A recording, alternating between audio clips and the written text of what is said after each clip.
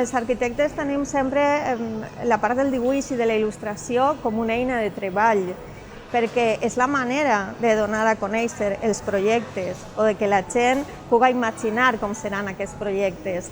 I per això mateix sempre ha de ser com una il·lustració molt expressiva, perquè no tan sols és dibuixar el que serà, sinó tota la intencionalitat que n'hi ha al darrere d'un projecte o d'un edifici. Ha de ser molt expressiva.